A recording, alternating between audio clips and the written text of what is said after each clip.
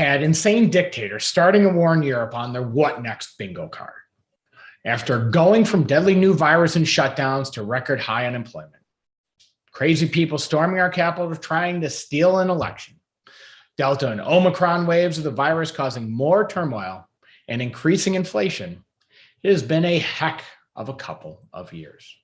As a Cold War turns blazing hot, it brings about a whole new level of uncertainty and anxiety to the world we live in.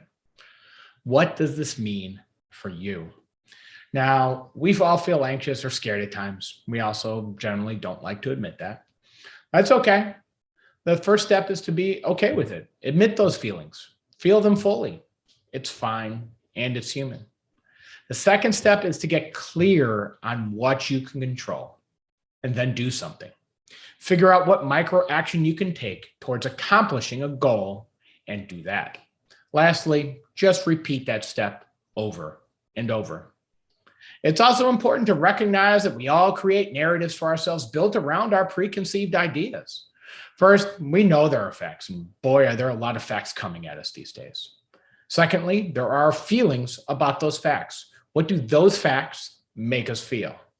Finally, there are the stories we tell ourselves about our feelings and about those facts. And those are three very different things.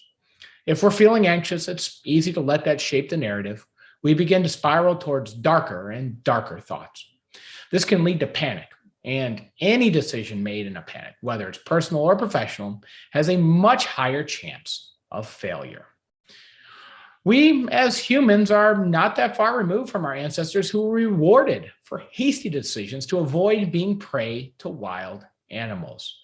Now, what kept us alive 10,000 years ago all but guarantees poor, hasty decisions in a crisis of today's world.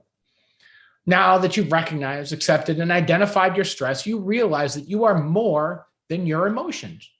You can experience a feeling without necessarily having to act on it. In fact, it's exactly what I ask of myself and my clients when we ask them to stay the course and keep a long-term perspective. Feel the fear and do it anyways. Now, you can be angry without being violent.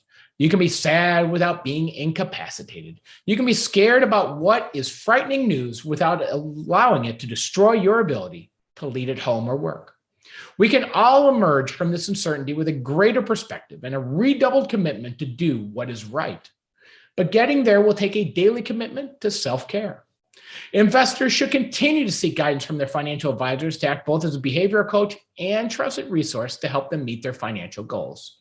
If you don't have someone to talk to about this, please reach out. Happy to help any way that I can.